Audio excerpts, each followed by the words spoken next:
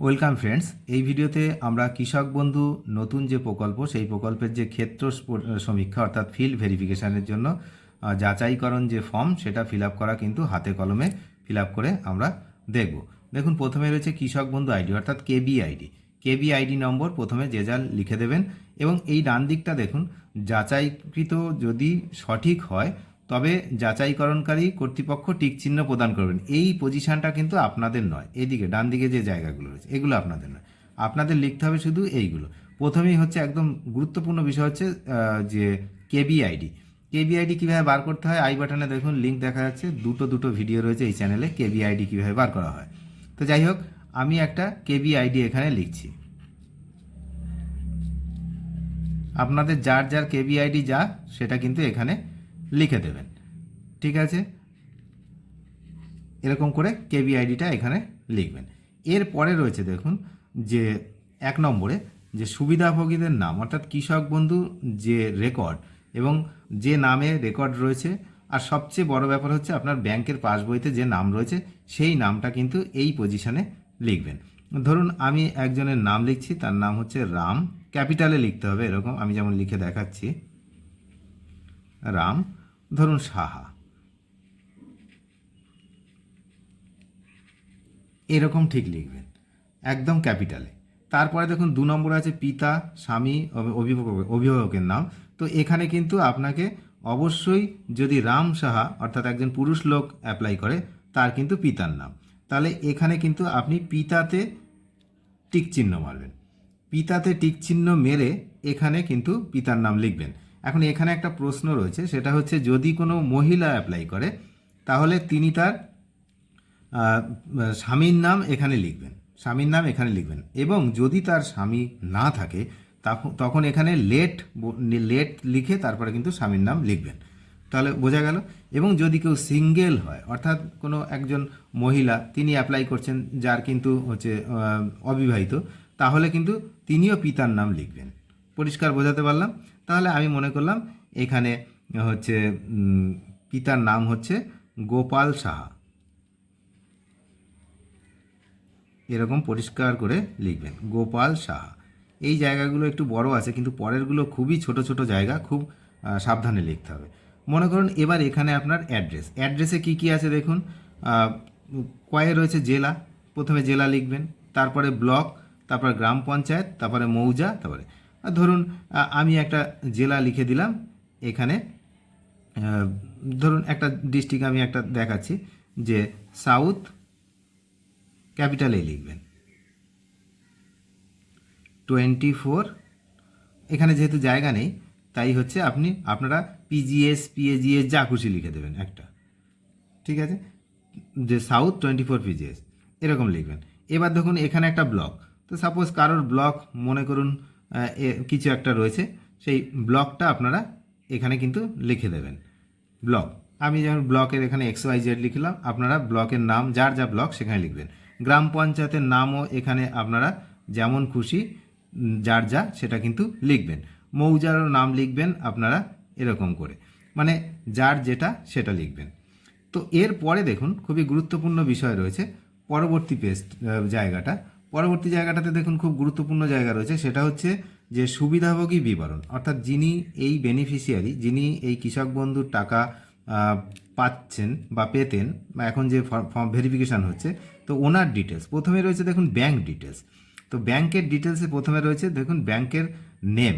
তো ব্যাংকের নেম পরিষ্কার আপনারা ফুল লিখতে হবে না, এখানে পরিষ্কার এরকম লিখবেন, যার SBI তার SBI এরকম লিখবেন, লিখে এবং ব্রাঞ্চের নাম লিখতে বলেছিলে, তাহলে এখানে আপনার ব্রাঞ্চের নাম লিখবেন। মনে করুন কারোর ব্রাঞ্চ এখানে রয়েছে, ধরুন কারোর ব্রাঞ্চ রয়েছে হচ্ছে সাউথ 24 পরগনাস দিয়েছি যেহেতু, ধরুন ক্যানিং। তো এই রকম টাইপের আপনি কিন্তু লিখবেন, আপনাদের যার যার ব্রাঞ্চ সেই ব্রাঞ্চের নাম এখানে লিখবেন। এবার আইএফএসসি কোড আপনারা জানেন এরকমভাবে SBI যেমন শুরু হয় প্রত্যেকেরই আছে ব্যাংকের পাসবইতে, যার যে ব্যাংক তার সেই ব্যাংকের। আমি এখানে SBI এর একটা উদাহরণ দিচ্ছি, SBIN00 এরকম ক্যানিংয়ের কিছু আছে, আপনারা যার ক্যানিং সে তিনি এরকম লিখবেন, যার অন্য জায়গার অন্য। তো এবার কিন্তু ব্যাংকের অ্যাকাউন্ট নাম্বার খুবই গুরুত্বপূর্ণ, এখানে অ্যাকাউন্ট নাম্বারটা কিন্তু খুব ভালো করে আপনাদেরকে লিখতে হবে। আমি বারবার এই একটা জিনিসই সবাইকে বলি যে যেহেতু অ্যাকাউন্ট নাম্বার খুবই বাজেভাবে প্রিন্ট থাকে পাসবইতে, পরিষ্কার কথা, আমি পরিষ্কার কথাই বলছি যে ব্যাংকের যে পাসবই, সেই পাসবইতে ব্যাংকের যে অ্যাকাউন্ট নাম্বারটা খুবই বাজেভাবে প্রিন্ট থাকে। তো সেইগুলো কিন্তু ভালো করে উদ্ধার করে সুন্দর করে দেখে শুনে তবে কিন্তু আপনারা লিখবেন। এবং আধার সংযুক্ত একটা মোবাইল নাম্বার, ধরুন মোবাইল নাম্বার এরকম কারো আছে, ঠিক আছে, তো এরকম মোবাইল নাম্বারটা আপনারা লিখবেন, মানে যার যা মোবাইল নাম্বার সেটা। এরপরে হচ্ছে আধার নাম্বার। তো আধার নাম্বারে এরকম কিন্তু আপনারা লিখে দেবেন আপনাদের যতগুলো ডিজিট রয়েছে, আপনারা জানেন যে 12টি ডিজিট, সেগুলো কিন্তু আপনারা পরপর আধার নাম্বারটা সুন্দর করে লিখবেন। এপিক নাম্বার এরকম WB15 এরকম আছে অনেকের, যার যেমন শুরু এপিক নাম্বার, সেই এপিক নাম্বারটা এখানে লিখবেন। এবার হচ্ছে এই এসি নাম্বার, অর্থাৎ এই জায়গাতে কিন্তু আপনাদের লিখতে হবে আপনার বিধানসভার নাম্বার। তো বিধানসভার নাম্বার যেমন, সেই বিধানসভার নাম্বার এখানে কিন্তু লিখতে হবে। এবং সবচেয়ে গুরুত্বপূর্ণ বিষয়, যে সমস্ত বিধানসভা এসসি রয়েছে, এসসিদের জন্য সংরক্ষণ, তাদের কিন্তু এরকম এসসি ব্র্যাকেটে লেখা আছে, তো সেটাও লিখবেন। ধরুন কারোর আছে 128 ব্র্যাকেটে এসসি এরকম, এবং তারপরে নাম। তো এইটা যেমন আমি লিখলাম 128 এসসি বাসন্তী। তো এরকম আপনারা কিন্তু যার যেটা, ক্যানিংয়ের হলে ক্যানিং, অন্য জায়গার হলে অন্য জায়গা, এরকম আপনারা কিন্তু লিখবেন। এবার পার্ট নাম্বার সিরিয়াল নাম্বার। এই পার্ট নাম্বার সিরিয়াল নাম্বার কি না, আপনাকে এই ভোটের সময় একটা নির্বাচন কমিশন থেকে একটা স্লিপ দেওয়া হয়েছিল, মনে থাকবে। তো সেই স্লিপটাতে কিন্তু আপনার ওই পার্ট নাম্বার আর হচ্ছে সিরিয়াল নাম্বার লেখা আছে। এছাড়াও যদি ভোটার লিস্ট আপনার কাছে বাড়িতে থাকে, তাহলে সেখানেও কিন্তু আপনারা এই পার্ট নাম্বার সিরিয়াল নাম্বার দেখতে পাবেন। তাহলে সেইখান থেকে আপনার পার্ট নাম্বার সিরিয়াল নাম্বার, আমি মনে করলাম পার্ট নাম্বার হচ্ছে 612 আর সিরিয়াল নাম্বার মনে করুন 302।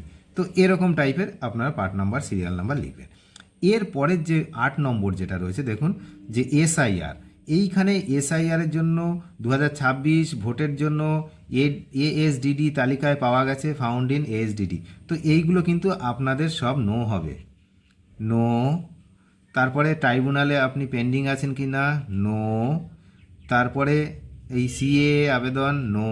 আর যার ইয়েস তিনি ইয়েস লিখবেন, সেটা খুব রেয়ার কেস, আর বাকিগুলো কিন্তু নো। আর পিএম কিষাণের সুবিধা আপনি পান কি না, এটা খুবই গুরুত্বপূর্ণ, যে পিএম কিষাণের সুবিধা আপনি পান কি না, ইয়েস অর নো। তাহলে যার ইয়েস হবে সে ইয়েস লিখবে, আর যার নো হবে সে নো লিখবে। পিএম কিষাণের এটা হয় কিনা, পান কিনা। এরপরে দেখুন 10 নম্বর। তো 10 নম্বরে কি আছে না, 10 নম্বরে আছে হচ্ছে প্রধান পেশা। এখানে কিন্তু সবাইকেই ফার্মার লিখতে হয়, পরিষ্কার কথা।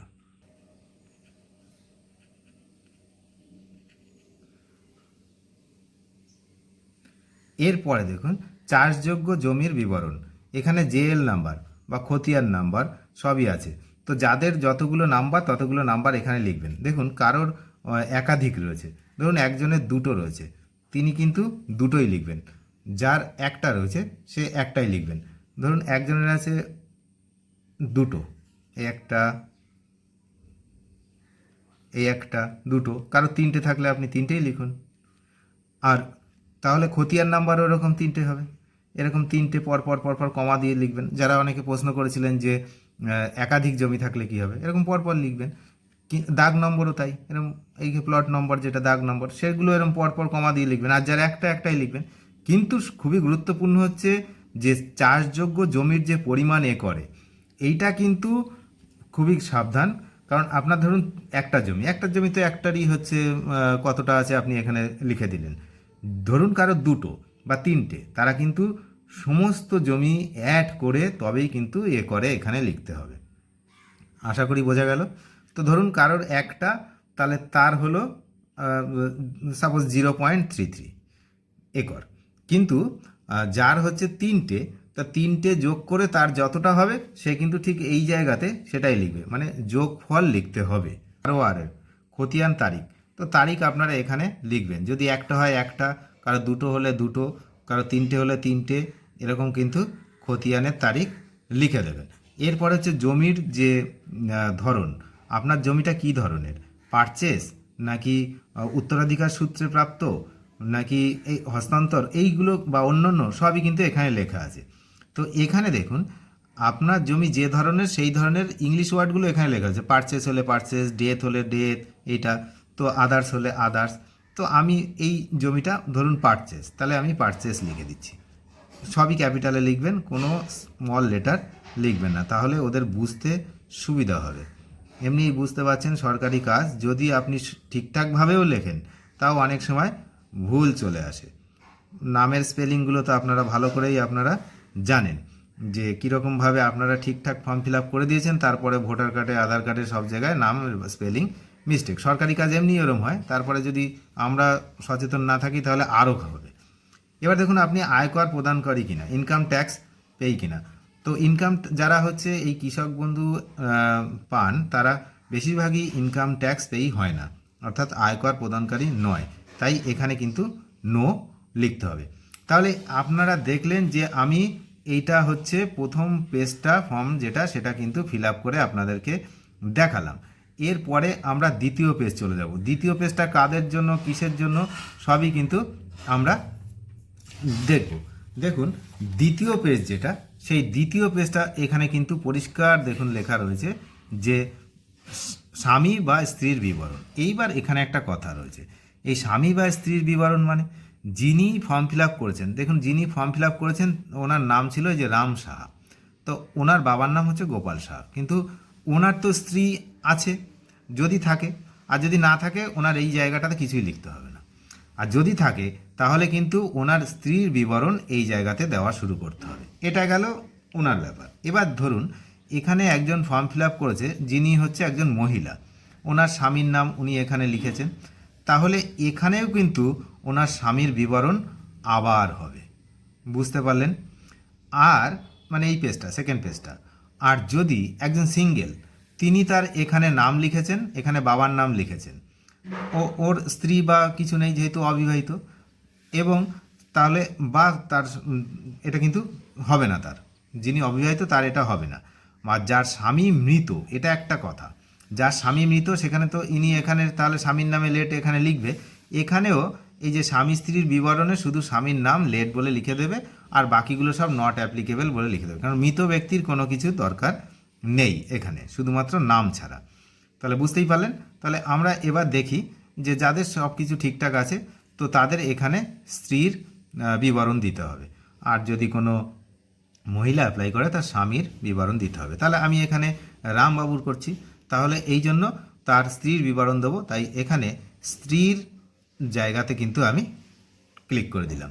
এবার ওনার স্ত্রীর নাম আমি লিখছি। ধরুন ওনার স্ত্রীর নাম হচ্ছে টিনা সাহা। এগুলো কিন্তু সবই কাল্পনিক নাম, ঠিক আছে? তো ধরুন ওনার স্ত্রীর নাম টিনা সাহা, তো লিখে দিলাম। এবার ওনার ব্যাংকের ডিটেলস, দেখুন ব্যাংকের ডিটেলসে এখানে একই রকম ব্যাংকের ব্রাঞ্চ এবং নেম। আমি ব্যাংকের ব্রাঞ্চ ওনারও ভাবলাম যে SBI ব্যাংক আছে, আর ওনার ওই একই জায়গাতে শাখা আছে, একই জায়গাতে বেশিরভাগই হচ্ছে হওয়ার চান্স বেশি থাকে স্বামী স্ত্রীর, তো একই জায়গায় রয়েছে। এরপরে IFSC কোড ওরকমই তাই, যেমন আছে SBIN দিয়ে এরকম আছে। আচ্ছা, অ্যাকাউন্ট নম্বরও এরকম আপনার আছে, মনে করুন 876251 এরকম কিছু একটা অ্যাকাউন্ট নম্বর আছে। আধারযুক্ত মোবাইল নাম্বারও ওনার মনে করুন আছে, যে এরকম কিছু একটা মোবাইল নাম্বার আছে। আধার নম্বরও ওরকম ওনার কিছু আছে, মনে করুন 2463 এরকম কিছু একটা আধার নাম্বার আছে। এপিক নাম্বারও ওনার মনে করুন আছে WB15 বলে এরকম কিছু একটা এপিক নাম্বার আছে। আর এখানে ধরুন এই যে AC নাম্বার অর্থাৎ বিধানসভার ক্ষেত্রের নাম্বার, তো ওনারও ধরুন বিধানসভার ক্ষেত্রের নাম্বার ওরকম কিছু একটা আছে, তো এরকম কিছু একটা আছে, তো সেটা লিখতে হবে। পার্ট নাম্বার সিরিয়াল নাম্বারও মনে করুন যে ওনারও এরকম কিছু রয়েছে। তো স্বামী স্ত্রীর ন্যাচারালি পার্ট নাম্বারগুলো একই হয়, তো এরকম টাইপের ওনারও যা ছিল ওনারও এখানেও কিন্তু সেরকম পার্ট নাম্বার হবে।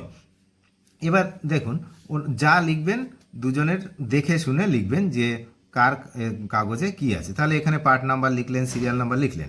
এবার KBN কৃষক বন্ধুর সুবিধাভোগী কিনা, তো বেশিরভাগ ক্ষেত্রে স্ত্রী কৃষক বন্ধুর সুবিধাভোগী হয় না, দুজন হয় না, একজনই হয় বেশি, তাই এনার ক্ষেত্রে আমি নো পায় না, তাই হচ্ছে আমি নো লিখে দিলাম।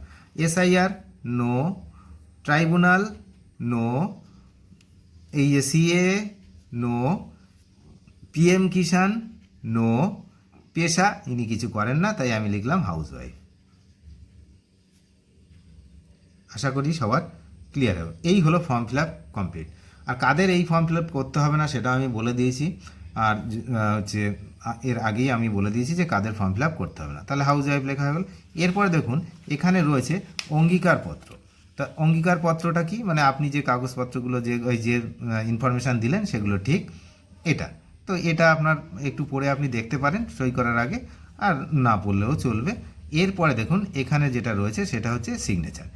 এই যে সিগনেচারটা, এই সিগনেচারটা কিন্তু রানিং হ্যান্ডে লিখতে হবে। তাহলে যিনি অ্যাপ্লাই করছেন রাম সাহা, তাহলে ওনারই কিন্তু অ্যাপ্লিকেশন হবে, সিগনেচার হবে এরকম রানিং হ্যান্ডে, যেমন উনি লেখেন। এরপরে কিন্তু আর কোনো কাজ নেই।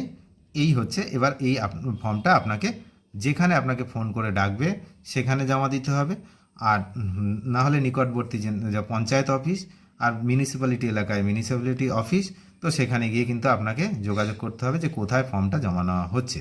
আর আমরা যতদূর জানতে পারছি যে ফোন করে ডাকা হচ্ছে কবে কাদেরকে যেতে হবে, তো তাদেরকে কিন্তু এইভাবেই ফর্ম ফিল আপ করতে হবে। এবং এই যে পজিশানটা দেখছেন, এই পজিশানটা কিন্তু আপনাদের নয়, এই পজিশানটা হচ্ছে অফিসের। অফিস এই পজিশানটা আপনাকে কেটে দিয়ে দেবে। তাহলে আশা করি পরিষ্কার বোঝা গেল যে এই ফর্ম ফিল আপ কীভাবে হবে। তো অনেকেই বলছিলেন যে লাইভ ফর্ম ফিল আপ দেখানোর, কীভাবে ফর্ম ফিল আপ হচ্ছে। তো আশা করি ফর্ম ফিল আপ সবাই বুঝতে পারছেন। তো ভিডিওটি ভালো লাগলে অবশ্যই লাইক করবেন এবং প্রত্যেকের সঙ্গে শেয়ার করবেন, যাদের দরকার এই ফর্ম ফিল আপ তাদের সঙ্গে শেয়ার করবেন। অনেক ধন্যবাদ শেষ পর্যন্ত দেখার জন্য। চ্যানেলে নতুন হলে সাবস্ক্রাইব করে সঙ্গে থাকবেন। Thank you.